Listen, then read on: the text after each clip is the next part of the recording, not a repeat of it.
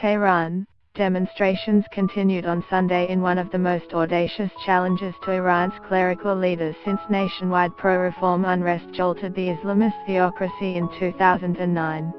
Police in Tehran fired water cannon to try to disperse demonstrators gathering in Ferdowsi Square in the center of the capital, according to video footage posted on social media, during an apparent fourth day of protests. Video posted online also showed a clash between protesters and police in the city of Khorramshahr in Zanjan province in the country's northwest. There were also reports of protests in the cities of Sardaj and Kermanshah in western Iran. Reuters was unable immediately to verify the authenticity of the footage. President Hassan Rouhani said Iranians had the right to protest and criticize the government, but their actions should not lead to violence or damage public property.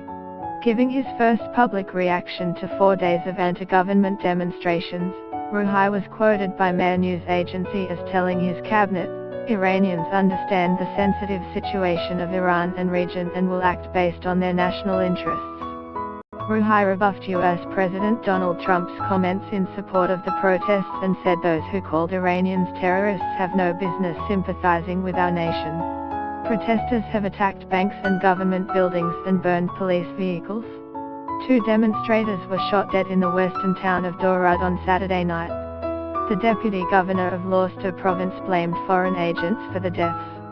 Get the latest news and updates emailed straight to your inbox. By submitting your email, you are agreeing to Fairfax Media's terms and conditions and privacy policy. Ahmad Khatami, the hardline cleric who leads Friday prayers in the capital Tehran, called for capital punishment for those chanting slogans against the values of the Islamic Republic. Tens of thousands of people have protested across the country since Thursday against the Islamic Republic's unelected clerical elite and Iranian foreign policy in the region. They have also chanted slogans in support of political prisoners. Demonstrators initially vented their anger over economic hardships and alleged corruption, but they have also begun to call on Supreme Leader Ayatollah Ali Khamenei to step down. The government said it would temporarily restrict access to the Telegram and Instagram messaging apps, state television reported.